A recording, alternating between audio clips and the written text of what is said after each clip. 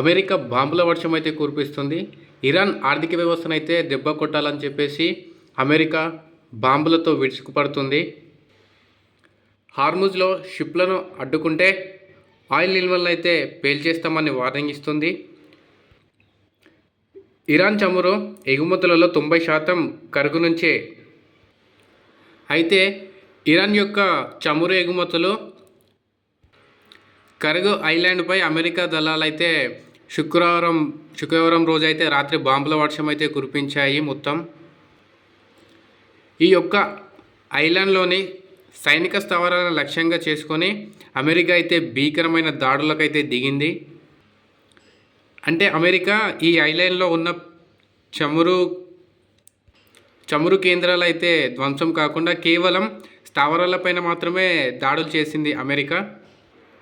అయితే ఈ ఐలాండ్లో మొత్తం 90కి పైగా మిలిటరీ టార్గెట్లను అయితే అమెరికన్ అయితే ధ్వంసం చేసిందని వెల్లడించడం జరిగింది. ఈ దాడులు ఎలా చేశామో ఏంటిదని చెప్పేసి వీడియోలు కూడా రిలీజ్ చేయడం జరిగింది. ఆ క్షిపణి ఐలాండ్పై పడుతున్నప్పుడు భారీగా పొగలు రావడం అలాంటి దృశ్యాలు అయితే ఆ వీడియోలలో చాలా కనిపిస్తున్నాయి అన్నమాట. అమెరికా ఒక్కటే మాపై ప్రతీకారం తీర్చుకుంటుందా, మేము ప్రతీకారం తీర్చుకోలేమా అని చెప్పేసి ఇరాన్ కూడా భీకరమైన యుద్ధానికి అయితే దిగుతుంది. మేమేం తక్కువ అని చెప్పేసి ఇరాన్ అయితే విరుచుకుపడుతుంది. సౌదీ బేస్లో ఉన్నటువంటి 5 US రివియల్ జెట్లను ధ్వంసం చేసింది. దుబాయ్పై కూడా మిసైల్ దాడులకైతే దిగింది మన ఇరాన్. కరుగు ఐలాండ్పై అమెరికా దాడులు అయితే చేసింది. దీనికి ప్రతీకారం తీర్చుకోవాలి మేము కూడా అని చెప్పేసి ఇరాన్ అయితే భీకరంగా దాడులకైతే దిగింది.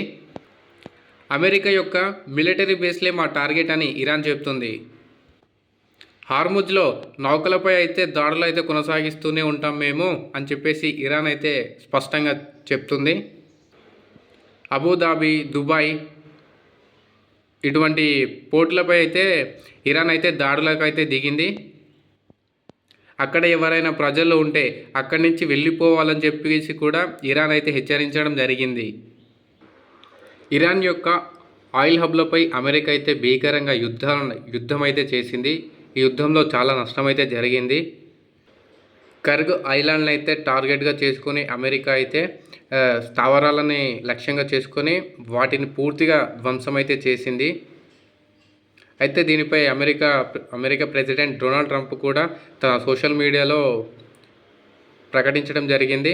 సైనిక స్థావరాలను లక్ష్యంగా చేసుకొని వాటిని మాత్రమే మేము ధ్వంసం చేశామని చెప్పేసి అంటున్నాడు. కరుగు ఐలాండ్లో ఉన్నటువంటి చమురు కేంద్రాలను మేము పేల్చేస్తామని అయితే హెచ్చరిస్తుంది. అయితే ఇది ఇలా ఉండగా జపాన్ నుంచి 2500 మంది సైనికులతో కూడిన UAS ట్రిపోలి యుద్ధ నౌకను పశ్చిమాసియాకు తరలించేందుకు అమెరికా రక్షణ శాఖ ఆదేశాలను అయితే ఇవ్వడం జరిగింది. ఇజ్రాయెల్, అమెరికా ఇవి రెండూ కలిసి ఇరాన్ రాజధాని టెహ్రాన్ సహా వివిధ ప్రాంతాలపై అయితే రెండు కలిసి అయితే భీకరమైన యుద్ధాలకైతే ప్రారంభించాయి. మనం చూసుకుంటే 24 గంటలలో ఇరాన్లో 200 క్షిపణి లాంచర్లు ఆయుధ కేంద్రాలను ధ్వంసం చేశామని ఇజ్రాయెల్ అయితే తెలపడం జరిగింది. అయితే అమెరికా, ఇజ్రాయెల్ రెండు కలిసి ఇరాన్పై చేసినటువంటి యుద్ధం మొదటి నుండి ఇప్పటి వరకు 15,000 శత్రు లక్ష్యాలను పేల్చేసినట్లయితే అమెరికా రక్షణ మంత్రి పీట్ హెగెత్ మాట్లాడడం జరిగింది. అయితే ప్రపంచ చమురు వ్యాపారం అనేది హార్ముజ్ మూతపడకుండా చర్యలు తీసుకుంటామని కూడా ఆయన చెప్పడం జరిగింది. మనం చూసుకుంటే లెబనస్ దక్షిణ ప్రాంతంలోని ఒక ఆసుపత్రిని అయితే వీళ్ళు టార్గెట్గా చేసుకొని ఇజ్రాయెల్ అయితే వైమానిక దాడి జరిపింది. ఆ దాడి ఒక హాస్పిటల్ పైన ఈ దాడి అనేది జరిగింది. అందులో 12 మంది అయితే వైద్యం చేసే వాళ్ళు అయితే మరణించేయడం జరిగింది. ఈ చనిపోయిన వాళ్ళు నర్సులు, వైద్యులు, పారామెడికల్ సిబ్బంది, ఇలాంటి వాళ్ళైతే ఉన్నారు. అయితే ఇజ్రాయెల్ అమెరికా రెండు కలిసి యుద్ధానికి దిగడంతో ఇరాన్ అయితే హార్ముజ్ జలసంధిని అయితే మూసివేయడం జరిగింది. ఇజ్రాయెల్ అమెరికా నౌకలతో పాటు యూరోపియన్ దేశాలు నౌకలు ఉంటాయి కదా, ఆ నౌకలకు కూడా జలసంధిని అయితే బ్లాక్ చేయడం జరిగింది. ఇలా బ్లాక్ చేసిన తర్వాత కొన్ని నౌకలు మాత్రమే ప్రస్తుతం ఆ హార్ముజ్ నుంచి అయితే కొన్ని నౌకలకు మాత్రమే అనుమతి అనేది ఇవ్వడం జరిగింది. అయితే ఈ నావికులు అయితే చాలా భయపడిపోతున్నారు. నిత్యం ప్రతిరోజు ఆ డ్రోన్లతోని, ఫైటర్ జెట్లతోని ఎక్కడి నుంచి డ్రోన్ వస్తుందో, ఎక్కడ పడుతుందో అని చెప్పేసి, ఎక్కడ బాంబులు వస్తాయో, ఎక్కడ క్షిపణులు పడతాయో అని చెప్పేసి వాళ్ళు అనునిత్యం భయపడుతూ బ్రతుకుతున్నారు.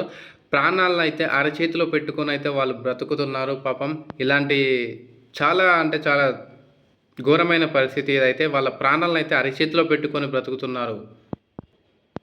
ప్రస్తుతం ఈ మార్గాన్ని అయితే కొన్ని రోజులు మూసివేస్తే చాలా బాగుంటుంది అని చెప్పేసి కొంతమంది అయితే చెప్తున్నారు. వేరే జలసంధి గుండా కూడా ట్రాన్స్పోర్ట్ అనేది చేసుకోవచ్చు, అక్కడి నుంచే రావాలని ఏం లేదు అని చెప్పేసి కూడా అంటున్నారు. ఇలా ప్రాణాలు అరచేతిలో పెట్టుకొని ఎందుకు ఈ బాధ, ఈ కష్టం అని చెప్పేసి చాలామంది అంటున్నారు.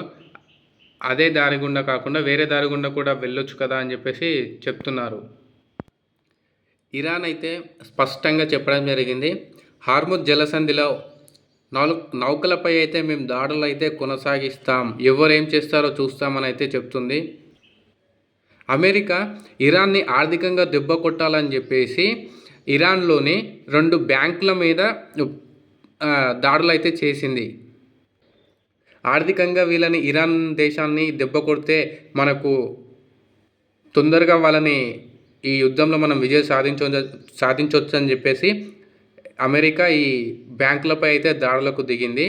అయితే ఇరాన్ ఏం తక్కువ కాదు, మీరు మా బ్యాంకులపై చేస్తారా అని చెప్పేసి గల్ఫ్ దేశాల్లోని అమెరికా బ్యాంకులను బ్రాంచీలపై ఈ ఇరాన్ అయితే దాడులకు అయితే దిగింది. మీరు మా బ్యాంకులపై దాడులు చేస్తే మేము కూడా మీ బ్యాంకులపై దాడులు చేస్తాం, మీరు మమ్మల్ని ఎలా కొట్టాలని ఆలోచిస్తున్నారో మేము కూడా అలాగే మిమ్మల్ని కొడతాం అని చెప్పేసి ఇరాన్ అయితే యుద్ధాలు అయితే చేస్తుంది గట్టిగా. దుబాయ్, ఫుజైరా, అబుధాబి అక్కడ దగ్గరలో ఉన్న ప్రజలందరూ వెంటనే అక్కడి నుంచి వెళ్ళిపోవాలి అని అయితే ఇరాన్ అయితే హెచ్చరిస్తుంది. మేము యుద్ధాన్ని చేస్తాం, మేము దాడులు చేస్తాం, మీరు అక్కడ ఉండకండి అని చెప్పేసి ఇరాన్ అయితే హెచ్చరిస్తుంది. రాబోయే కొన్ని గంటలలో వాటిపై మేము దాడులు అయితే చేస్తాము అని చెప్పేసి ఇరాన్ అయితే స్పష్టం చేసింది. ఆ నగరాలలో అమెరికా దళాలు ఉపయోగిస్తున్న ఓడరేవులపై దాడులు చేయడం మా హక్కు అని Islamic revolutionary guard corps Ibrahim Zulfaghari స్పష్టమైతే చేశాడు. హార్ముజ్ జలసంధి గుండా వెళ్ళే నౌకలను అయితే మేము లక్ష్యంగా చేసుకొని వాటిని అయితే పేల్చేస్తామని కూడా వాళ్ళు హెచ్చరిస్తున్నారు ఇరాన్. ఒకప్పుడు భారత్ రష్యా నుంచి చమురు అయితే కొనుగోలు చేసేది. అయితే అమెరికా రష్యా నుంచి చమురు కొనుగోలు చేయకూడదు అని చెప్పేసి ఒక నిబంధన వారిపై టారిఫ్లను విధించింది. ఇప్పుడు ఎందుకు రష్యా నుంచి మీరు చమురు కొనుగోలు చేయండి అని చెప్పేసి ఎందుకు బతిమిలాడుతుంది అని చెప్పేసి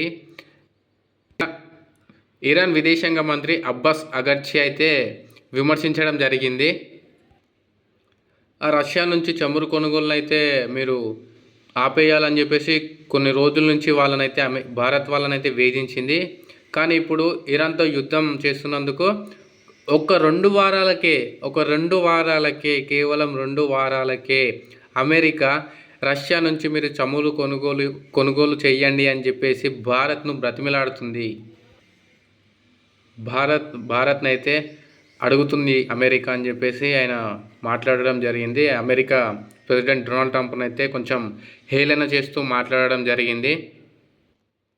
పశ్చిమాసియాలో యుద్ధాల వల్ల క్రూడ్ ఆయిల్ అయితే వాటి ధరలు $100 దాటడం జరిగింది.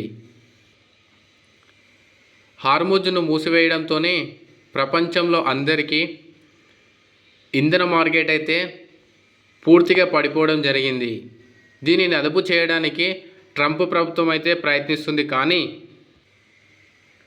30 రోజులు రష్యా నుంచి భారత్ అయితే చమురు కొనుగోలు చేసుకోవచ్చు అని చెప్పేసి 30 రోజులు చేసుకోవచ్చు అని చెప్పేసి వాళ్ళు చెప్పడం జరుగుతుంది.